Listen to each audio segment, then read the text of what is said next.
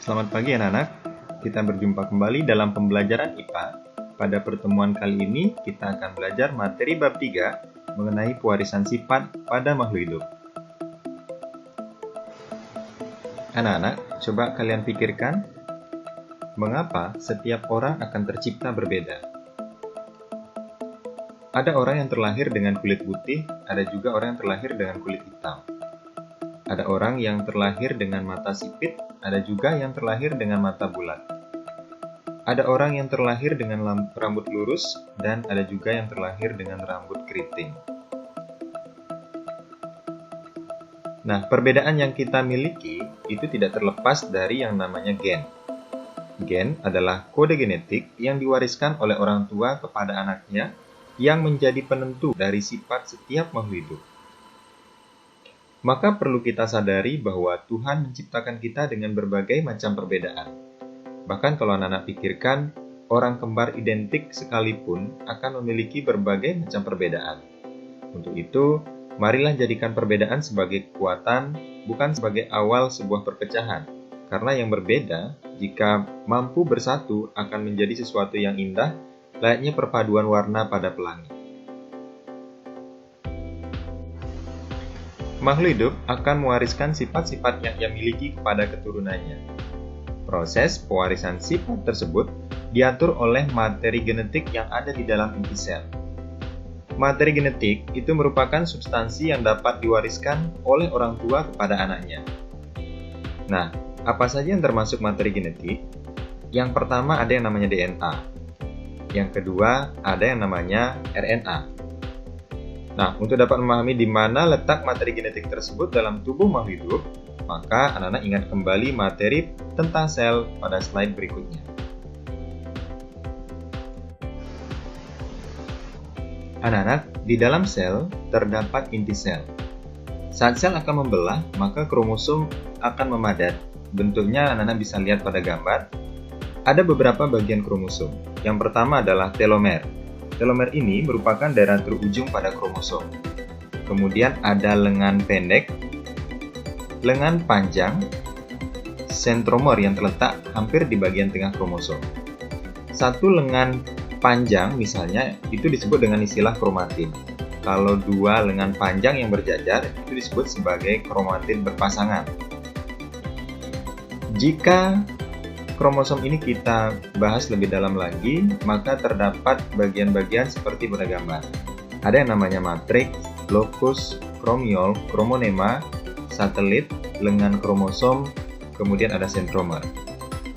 Chromonema itu adalah pita spiral dalam kromosom yang dibungkus oleh matriks. Locus itu adalah lokasi beradanya gen pewarisan sifat. Nah, tentu di dalamnya mengandung DNA. Kemudian ada sentromer, yaitu daerah kontriksi atau pelekukan di sekitar pertengahan kromosom. Satelit, itulah bagian kromosom yang berbulat di bagian ujung lengan kromatin. Dan chromiol adalah kromosom yang mengalami sedikit penebalan. Jadi, kromosom itu merupakan struktur pembawa materi genetik yang terdiri dari rangkaian rantai DNA yang sangat panjang dan protein-protein yang mengikat DNA tersebut. Ada beberapa macam bentuk kromosom. Yang pertama, metasentrik, itu apabila sentromernya terletak di tengah-tengah kromosom. Yang kedua, submetasentrik, apabila sentromernya terletak mengarah ke salah satu ujung kromosom, sehingga kedua lengan kromosom tidak sama panjang. Yang ketiga, akrosentrik, apabila sentromernya terletak di dekat ujung kromosom, sehingga kedua lengan kromosom tampak sangat berbeda. Yang satu panjang dan yang lainnya pendek. Telosentrik, apabila sentromernya terletak di ujung kromosom, sehingga kromosom hanya mempunyai sebuah lengan saja. Kromosom tubuh manusia itu dibedakan menjadi dua, autosom atau disebut juga dengan kromosom tubuh.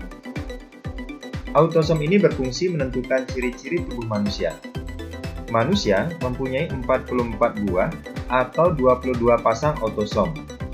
Nah, untuk penulisannya dapat ditulis 44A, A-nya itulah autosom, atau 22AA, 22 pasang autosom. Yang kedua adalah gonosom, sering juga disebut dengan kromosom kelamin. Nah, gonosom ini berfungsi menentukan jenis kelamin pada manusia. Manusia mempunyai sepasang gonosom. Nah, biasanya dilambangkan dengan lambang huruf X atau Y. Untuk laki-laki itu dilambangkan dengan lambang XY, sedangkan untuk perempuan dilambangkan dengan lambang XX.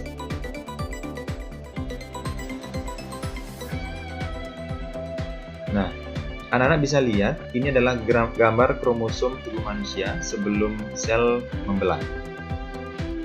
Jika kromosom ini kita sejajarkan, maka kita akan memperoleh 23 pasang kromosom. Setiap pasangan kromosom tersebut bentuknya identik atau sama, kecuali untuk kromosom nomor 23 pada laki-laki, anak-anak bisa lihat di gambar, bentuk dan ukurannya sangat berbeda. Jika kita bandingkan bentuk kromosom pada tubuh pria dan wanita, anak-anak bisa lihat pada gambar. Untuk kromosom pria, kromosom nomor 23 X dan Y yang kita sebut dengan istilah gonosom itu terlihat bentuk kromosomnya sangat berbeda. Sedangkan pada wanita itu kromosom nomor 23 atau gonosomnya itu terlihat sama, yaitu XX. Nah, dari sini kita bisa pelajari pola kromosom tubuh manusia. Untuk sel tubuh pria itu dapat kita tuliskan 22AA atau 22 pasang autosom plus gonosomnya, yaitu XY. Atau bisa juga dituliskan 44A, 44 autosom plus XY. Nah, sedangkan untuk wanita dapat dituliskan 22AA, 22 pasang autosom plus XX atau 44 autosom plus XX. Sedangkan untuk sel telur dan sel sperma itu membawa separuh dari kromosom manusia. Sel telur itu bisa kita tuliskan 22A, 22 autosom plus X. Sedangkan kalau sel sperma 22A plus X, 22 pasang autosom plus X atau 22 pasang autosom plus Y.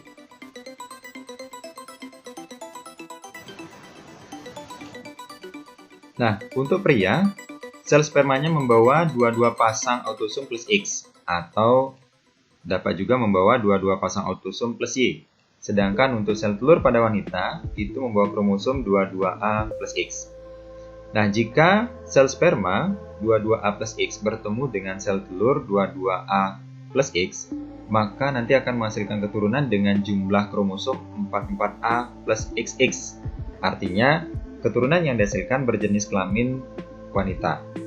Sedangkan jika sel sperma 22A plus Y bertemu dengan sel telur 22A plus X dalam suatu fertilisasi, maka akan dihasilkan keturunan dengan jumlah kromosom 44A plus XY.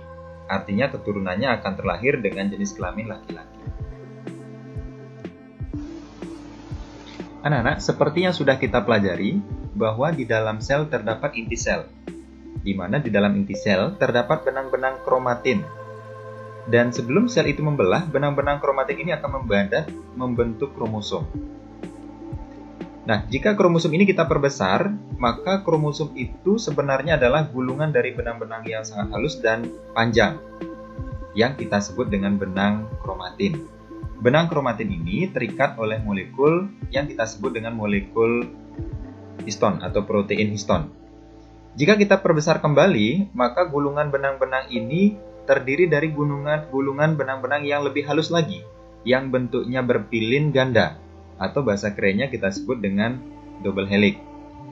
Nah, rantaian benang panjang yang berpilin inilah yang disebut dengan DNA atau deoksiribonukleik acid.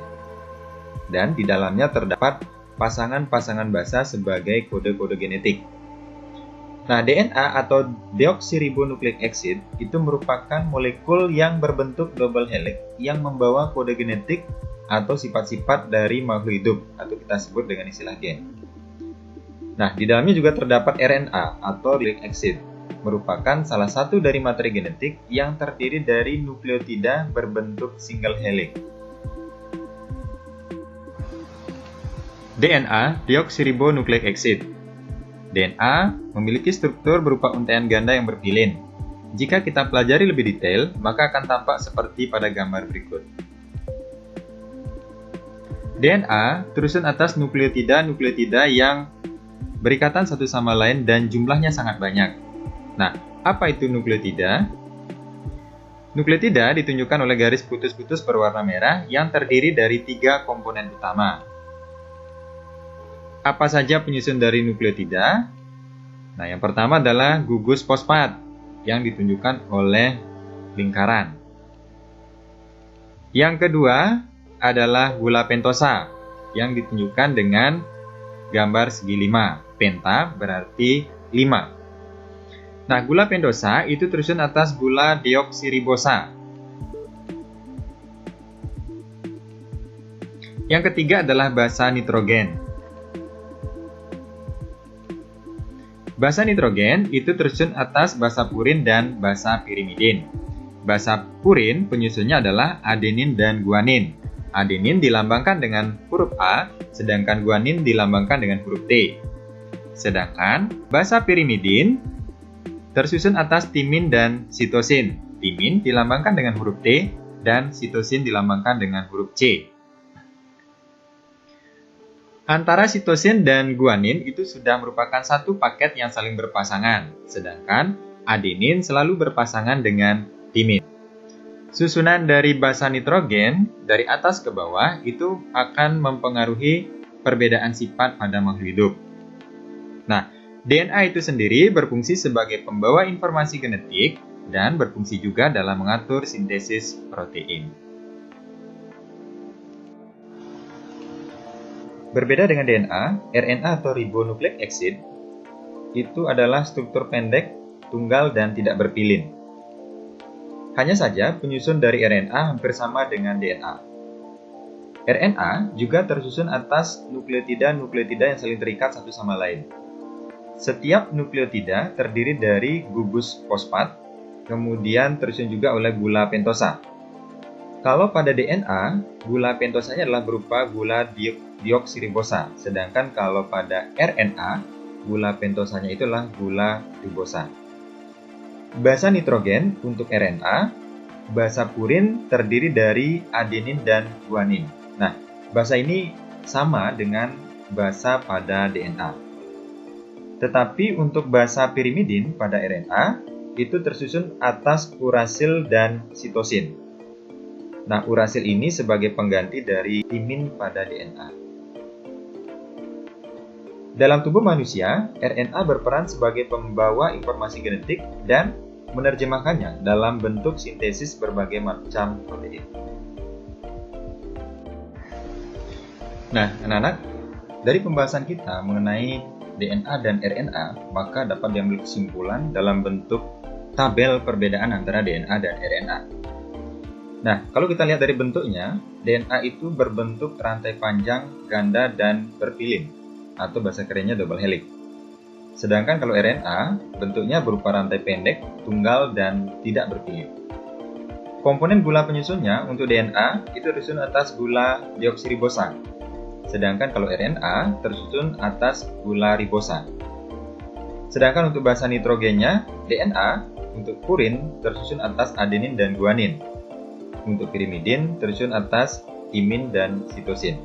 Sedangkan RNA, basa nitrogennya untuk purin tersusun atas adenin dan guanin. Sedangkan untuk basa pirimidin tersusun atas urasil dan sitosin.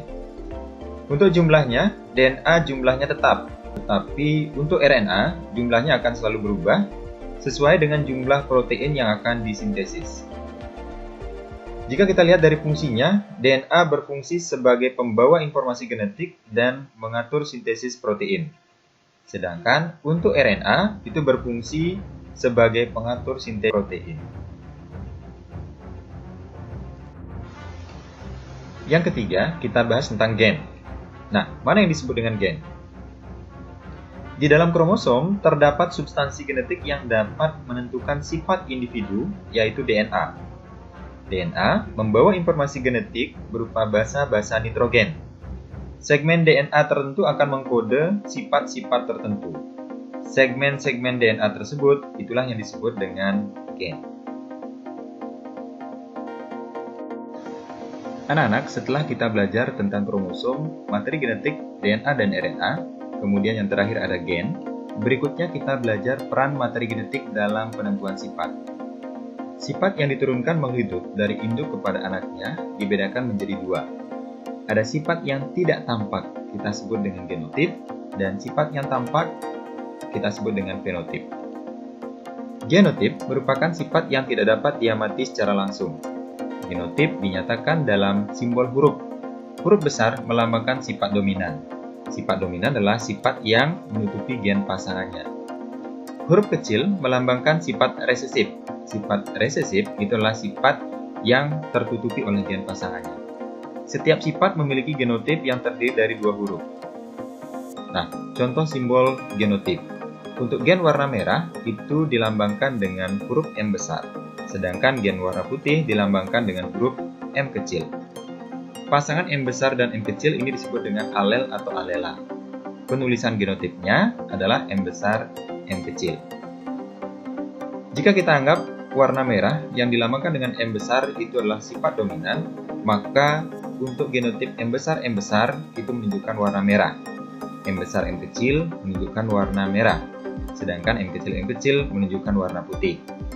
Warna merah dan warna putih ini disebut dengan fenotip atau sifat yang tampak atau sifat yang dapat kita amati. M besar dan M besar merupakan alela yang terdiri dari gen yang sama. Nah, jika gennya sama maka kita sebut dengan homozigot. Sedangkan M besar, M kecil alel yang terdiri dari pasangan gen yang berbeda, maka kita sebut dengan heterozigot. Istilah lain dalam pewarisan sifat ada parental yang dilambangkan dengan P, menunjukkan induk. Gamet, sel kelamin jantan atau betina yang membawa setengah gen induk. Dalam pembentukan gamet terjadi segregasi atau pemisahan alel secara bebas yang kita sebut dengan hukum segregasi. Kemudian ada filial yang dilambangkan dengan F. Nah, filial ini menunjukkan keturunan. Hukum pewarisan sifat atau hukum Mendel. Penelitian pertama tentang penurunan sifat itu dilakukan oleh Gregor Johann Mendel. Ini adalah seorang pendeta dan juga ahli botani dari Austria. Nah, Mendel mulai penelitian tentang pewarisan sifat pada tahun 1856. Mendel juga orang yang dikenal sebagai orang yang pertama kali memperkenalkan teori tentang penurunan sifat. Teorinya dikenal dengan hukum Mendel. Atas jasanya dalam bidang pewarisan sifat, beliau dijuluki sebagai Bapak Genetika. Untuk penelitian pewarisan sifat, Mendel melakukan persilangan pada kacang Ercis atau Pisum sativum. Nah, mengapa dipilih kacang Ercis? Alasannya, yang pertama kacang Ercis ini mudah tumbuh, kemudian berumur pendek, mudah melakukan penyerbukan sendiri atau penyerbukan silang, keturunannya banyak dan bervariasi, serta memiliki bunga yang sempurna. Hukum Mendel menerangkan bagaimana proses pewarisan sifat itu terjadi. Berikutnya kita bahas proses persilangan, yaitu persilangan monohibrid dominan. Monohibrid, mono berarti satu, artinya kita membahas persilangan dengan satu sifat beda. Dominan berarti sifat yang menutupi gen pasangannya. Nah, sebagai contoh, persilangan kacang Ercis berbunga ungu, U besar, dengan kacang Ercis berbunga putih, U kecil. Parental pertamanya, bunga ungu, U besar, kita silangkan dengan bunga putih, U kecil. Bunga ungu, karena memiliki genotip yang homozigot, maka gametnya dapat kita tuliskan dengan satu huruf saja, yaitu U besar. Sedangkan bunga putih, gametnya dapat kita tuliskan dengan satu huruf juga, yaitu U kecil. Hasil persilangannya akan menghasilkan keturunan F1, yaitu U besar, U kecil. Karena U besar adalah sifat dominan, maka keturunan F1-nya akan memiliki fenotip berupa bunga ungu. Nah, anak-anak, jika F1 keturunan pertamanya disilangkan dengan sesamanya, maka parentalnya bunga ungu, U besar, U kecil, disilangkan dengan bunga ungu juga, U besar, U kecil. Nah, untuk gametnya harus ditulis dengan dua huruf, karena termasuk dalam genotip heterozigot. Jadi, gametnya adalah U besar, U kecil. disilangkan dengan U besar U kecil. Nah, F2-nya atau keturunan yang berikutnya, U besar dengan U besar kalau kita silangkan maka akan dihasilkan keturunan U besar U besar. Kemudian U besar dengan U kecil jadinya U besar U kecil. U kecil dengan U besar maka genotipnya adalah U besar U kecil. Sedangkan kalau U kecil dengan U kecil maka genotipnya adalah U kecil U kecil. Nah, dari hasil persilangan ini dihasilkan 3 jenis genotip, yaitu U besar U besar, U besar U kecil, dan U kecil U kecil. Dari hasil persilangan juga dihasilkan 2 jenis fenotip, yaitu bunga berwarna ungu dan bunga berwarna putih. Nah, perbandingan genotipnya, U besar berbanding U besar U kecil, berbanding U kecil U kecil, perbandingannya adalah 1 banding 2 banding 1. Sedangkan perbandingan fenotipnya, yaitu bunga ungu berbanding bunga putih, perbandingannya adalah 3 banding 1. Berikutnya adalah persilangan monohibrid intermediate. Intermediate artinya kedua gen memiliki sifat yang sama kuat atau kodomain. Contohnya, tanaman bunga pukul 4 atau Mirabilis jalapa yang berwarna merah, M besar disilangkan dengan yang berwarna putih, M kecil. Parentalnya, bunga merah, M besar disilangkan dengan bunga yang berwarna putih, M kecil. Gametnya dapat dituliskan dengan 1 huruf saja, karena bunga merah dan bunga putih adalah genotip homozigot. Jadi, untuk bunga merah, gametnya adalah M besar, bunga putih, gametnya adalah M kecil. Nah, jika disilangkan akan dihasilkan keturunan pertamanya atau F1-nya dengan genotip M besar, M kecil. Dan fenotip yang dihasilkan adalah bunga berwarna merah muda atau pink.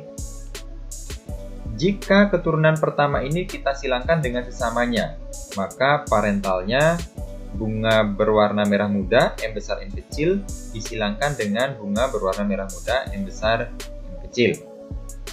Nah, maka penulisan gametnya, karena bunga merah muda memiliki genotip yang heterozigot, maka gametnya ditulis dengan 2 huruf, yaitu M besar M kecil, M besar M kecil.